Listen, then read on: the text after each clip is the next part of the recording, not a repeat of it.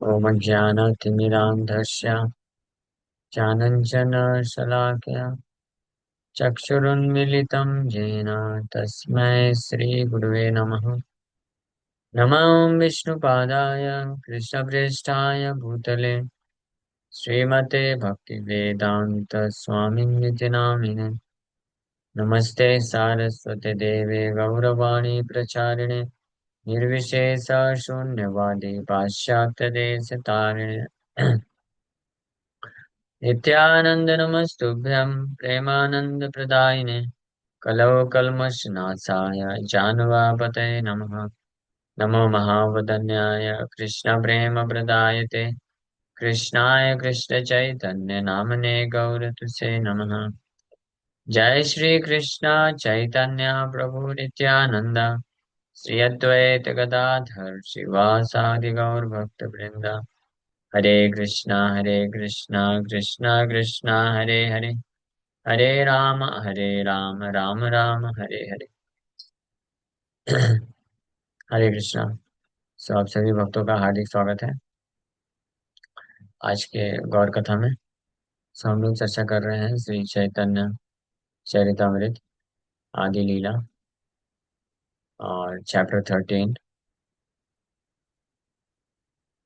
और इसका text number 124 यहाँ तक चर्चा किए थे। सो अभी तक पाह्य मानुष जन्म ये न सुने गौर गुण ये न जन्म तार व्यर्थ आइला पाह्यामृत धुनि पिय विष गर्त पानी जन्मिया से केने नाही मैला। तो जन्म लीला इस प्रकार से संपन्न किए श्री कृष्णदास कविराज गोस्वामी। ऐसे प्रभु सच्ची घरे कृपाए कैले कैला अवतारे ए हाकारे श्रवण गौर प्रभु दयामय तारे हैं न सदाए से पाए ताहारा चरण। तो जो ऐसे सची माता के घर में प्रकट होने वाले गौरांग महाप्रभु के अवतरण की कथा को सुनता है तो श्री चैतन्य महाप्रभु जो कि दया में है उसके ऊपर सदैव दया करके उसको अपने चरण कमलों में आश्रय देते हैं। लेकिन कोई ऐसा व्यक्ति जो मनुष्य जन्म प्राप्त करके जे न सुने गौर गुण गौरांग महाप्रभु के गुणों को नहीं श्रवण करता है ना जन्म तार व्यर्थ हिला उसका जन्म व्यर्थ हो गया।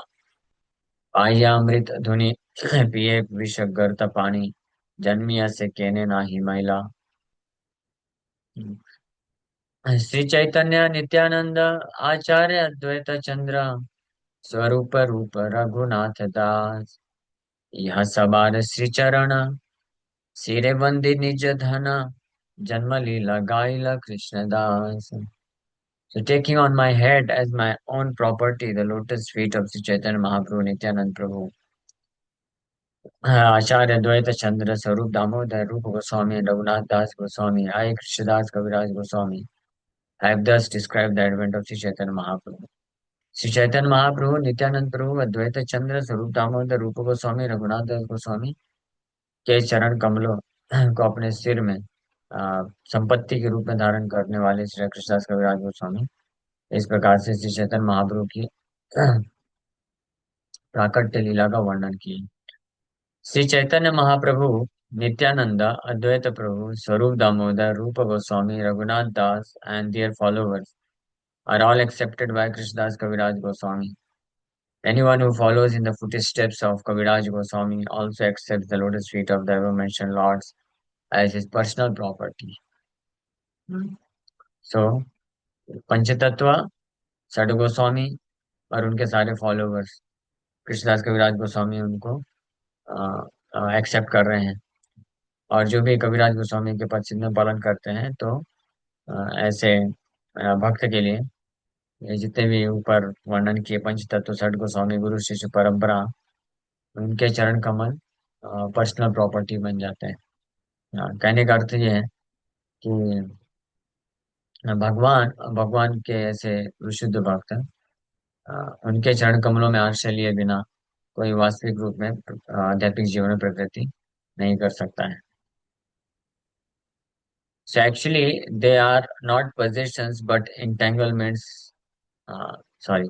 For a materialistic person, material wealth and opulence are only illusory. Actually, they are not possessions but entanglements, because by enjoying the material world, a conditioned soul becomes more and more entangled by incurring debts for his present enjoyment. वहीं दूसरी ओर जो भक्त लोग भगवान के शुद्ध भक्तों को अपना पर्सनल प्रॉपर्टी ना स्वीकार करके इस भौतिक जगत के धन संपत्ति नाते रिश्ते को अपना पर्सनल प्रॉपर्टी स्वीकार करते हैं, तो वो उनके पोजीशन ना होकर के उनके अ, संपत्ति ना होकर के वो उनके बंधन का कारण बन जाते हैं, जो उनको और जन्म मृत्यु के चक्कर में फंसा देता है. Unfortunately condition soul considers property for which he is in debt to be his own, and he is very busy acquiring such property. But a devotee considers such property not real property but simply an entanglement in the material world. दुर्भाग्यवश जो बद्ध जीवात्माएं होते हैं वो भौतिक धन को अपना वास्तविक संपत्ति मानते हैं और उसी को प्राप्त करने के लिए, ऐसे ही धन संपत्ति को प्राप्त करने के लिए अपना पूरा जीवन निछावर कर देते हैं और हमेशा व्यस्त रहते हैं ऐसी धन संपत्ति को प्राप्त करने के लिए. लेकिन एक भक्त के लिए, भक्त ऐसे भौतिक धन संपत्ति को वास्तविक संपत्ति के रूप में स्वीकार नहीं करता है. वो जानता है कि ये भौतिक जगत में वास्तव में ये भौतिक धन जो है बंधन का कारण बनता है. जैसे हम लोग परसों रात को चर्चा कर रहे थे, धन धन एकत्रित करने में क्या 16 प्रकार के दोष उत्पन्न होते हैं. So if Lord Krishna is very pleased with a devotee, he takes away his material property. As he states in Srimad Bhagavatam, Yasyaham Anugranami हरिष्ये तद्धनम सनय.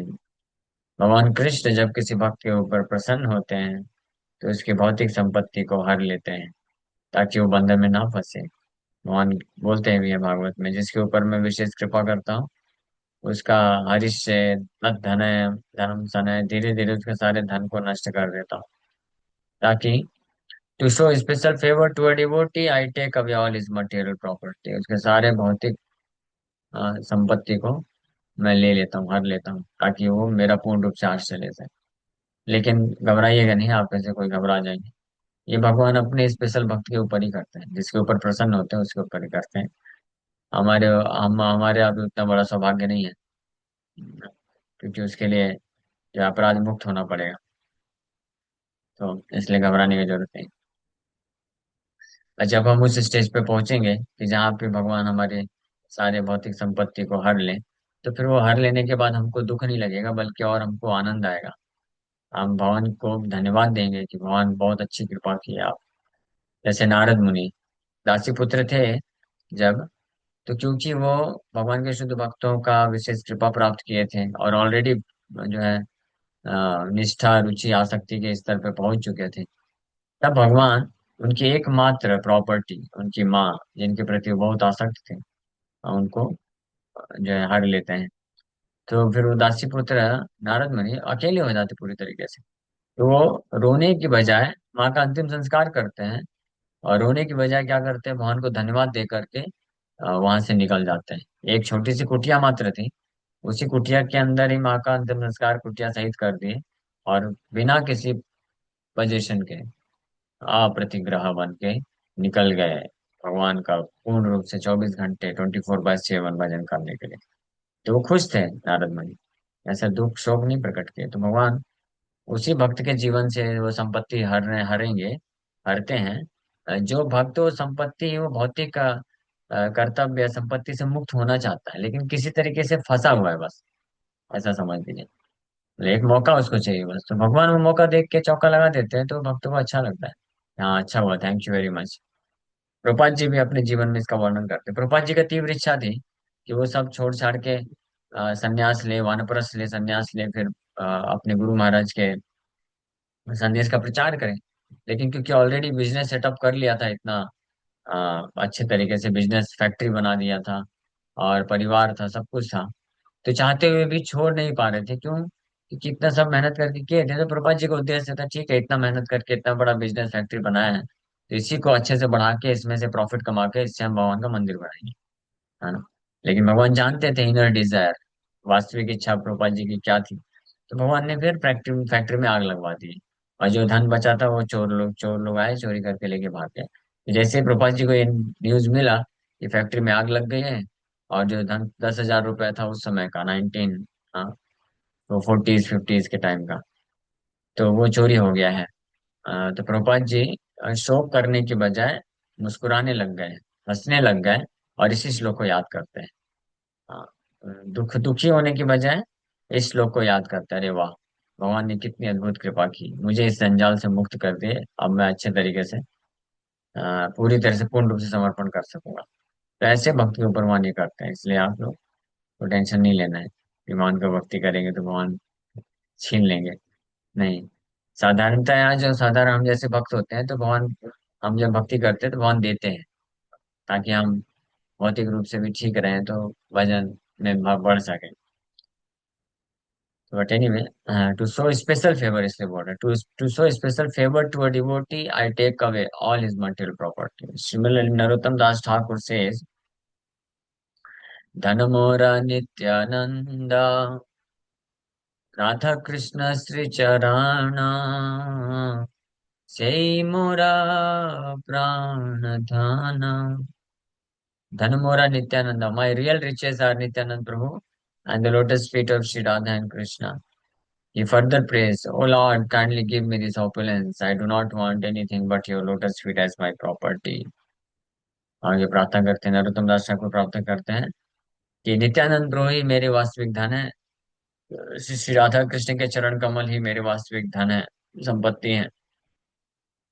और आगे प्रार्थना करते हैं कि हे भगवान, कृपा करके मुझे केवल यही ऐश्वर्य दीजिए, मैं आपके चरण कमल को ही अपनी संपत्ति के रूप में जानना चाहता हूँ, प्राप्त करना चाहता हूँ, अपनी संपत्ति के रूप में आपके चरण कमल को ही मैं अपनी संपत्ति के रूप में प्राप्त करना चाहता हूँ, इसके अलावा मुझे कुछ नहीं चाहिए। तो ये भक्ति की प्रार्थना होती है। Shri Narottam Das Thakur has sung in many places that his real property is the lotus feet of Radha and Krishna. Narottam Das Thakur अनेकों जगह ये प्रार्थना करते हैं कि उनकी उनका वास्तविक धन श्री श्री राधा एंड कृष्ण के चरण कमल है। दुर्भाग्यवश हम लोग जो हैं, ये जो मिथ्या संपत्ति है उसके उसमें रुचि दिखाते हैं, और अपने वास्तविक धन को भूल जाते हैं, इग्नोर कर देते हैं। अधमे यतन करी धन त्यागिनु, अधने यतन करी, अधने, अधने मतलब जो वास्तविक धन नहीं है, झूठा धन है, उसके लिए मैं यत्न करता हूँ, और जो वास्तविक धन है उसको त्यागिनु, त्यागिनु मीन्स उसको त्याग दिया मैंने, क्या है, भगवान कृष्ण के चरण कमल वास्तविक धन है, उसको तो मैंने त्याग दिया, और जो धन है, जो झूठा धन है, उसको मैं प्राप्त करने के चक्कर में पड़ा हुआ। Sometimes Smartas consider Raghunath Das Goswami as Sudra, but Krishnadas Kaviraj Goswami here especially mentions Sarupa Rupa Raghunath Das. Therefore, one who considers the lotus feet of Raghunath Das to be transcendental to all divisions of the caste system enjoys the riches of actual spiritual bliss. कभी कभी कुछ smart ब्राह्मण लोग रघुनाथ दास गोस्वामी को एक शूद्र मानते हैं। हाँ, लेकिन यहाँ पे कृष्णदास कविराज गोस्वामी स्पष्ट बता रहे हैं, स्वरूप रूप रघुनाथ दास को वो अपने प्रिसेप्टर के रूप में स्वीकार कर रहे हैं। हाँ, इसलिए जो व्यक्ति श्री रघुनाथ दास गोस्वामी के चरण कमलों को दिव्य मानता है, ये किसी भी वर्ण, हर वर्ण आश्रम से ऊपर मानता है, तो वो वास्तविक आध्यात्मिक आनंद को प्राप्त करता है। तो इस प्रकार से the saint the Bhakti Vedanta podcast of Shri Chaitanya Charitamrita Adi Lila 13th chapter describing the advent of Lord Shri Chaitanya Mahaprabhu. Shri Chaitanya Mahaprabhu के प्राकट्य के बारे में ये 13वां अध्याय श्री चैतन्य चरितमृत आदि लीला का तात्पर्य के साथ अभी संपन्न होता है। अब नेक्स्ट चैप्टर जो है हम लोग कल से चालू करेंगे, जिसका नाम है लॉर्ड चैतन्य चाइल्डहुड पास टाइम्स, चैतन्य महाप्रभु के बचपन की कुछ लीलाएं हैं। तो चैतन्य चरितमृत में बचपन की लीलाओं को कविराज गोस्वामी बड़े सार रूप में वर्णन करते हैं। विस्तार से नहीं, विस्तार से चैतन्य भागवत में, ये कल से प्रारंभ करें। इसका पहला ही श्लोक बहुत ही पावरफुल है। बहुत ही ज्यादा होप गिविंग है।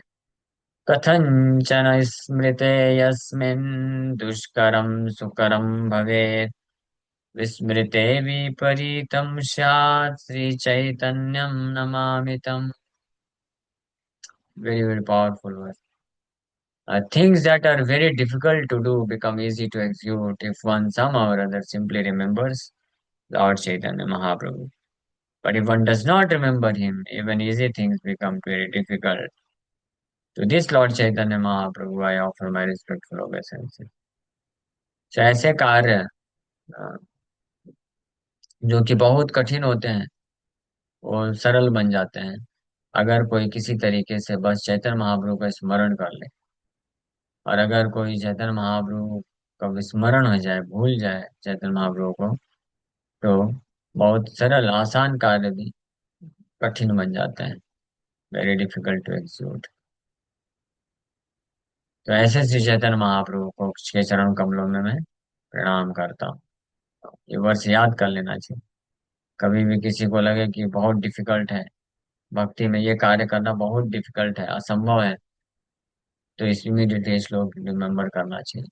कथंचन कथंचन स्मृते यस्मिन् दुष्करं सुकरं भवेत्, विस्मृते विपरीतं स्यात्, श्रीचैतन्यं नमामि तम्। कुछ ही समय के लिए कथंचन सम और अदर, किसी भी तरीके से अगर कोई उनको स्मरण कर लेता है तो दुष्कर्म सुकरम भवे, जो कठिन कार्य है वो आसान हो जाता है। और अगर विस्मरण हो गया तो आसान कार्य भी कठिन हो जाता है। ऐसे सिचुएशन चैतन्य महाप्रभु को मैं प्रणाम करता हूँ। ठीक है, तो इस श्लोक पे हम लोग कल से चर्चा प्रारंभ करेंगे। Thank you very much. Hare Krishna. किसी वक्त का कोई प्रश्न है अभी चैतन्य चरितमृत से संबंधित? हरे कृष्ण प्रभु जी, पंचांग प्रणाम। प्रभु जी, ये पूछना था कि जैसे घर पे गौ निताई का विग्रह यदि जैसे लाना है, तो कैसे लाने का क्या प्रोसेस है? मतलब कहीं से भी ले सकते हैं उसको, और फिर उसकी स्थापना के लिए क्या करना चाहिए? तो ले सकते हैं, मायापुर में मिलते हैं, वहां से ले सकते हैं। ऑर्डर भी हो जाता है आजकल तो ऑनलाइन। और स्थापना करने के लिए भक्तों को बुलाइए, अभिषेक कराइए, कीर्तन कराइए। Very simple process. Gaura Nitai के लिए तो बहुत सरल है। तो और प्रभु जी, जैसे वृंदावन वृंदावन जा रहे हैं तो वहां भी मिल जाएंगे? वहां भी, यहाँ वृंदावन से भी ले सकते हैं, मायापुर वृंदावन, वहां से भी ले सकते हैं। अच्छा। ठीक प्रभु जी, ठीक। ठीक है। और भक्तों को हरे इनवाइट कृष्ण, करके ठीक। अभिषेक और ओके। कीर्तन प्रवचन और भंडारा महाप्रसाद का वितरण, ये तीन कार्य करने से इंस्टॉलेशन हो जाता है। और डेली उनका सेवा करिए। डेली, अगर डेली जैसे स्नान नहीं कर सकते हैं, डेली श्रृंगार नहीं कर सकते हैं, तो हफ्ते में एक दिन स्नान और श्रृंगार करिए, लेकिन डेली उनको भोग लगाना चाहिए और आरती करना चाहिए। एटलीस्ट एक टाइम आरती और दो टाइम भोगा लगाना, ये करना चाहिए।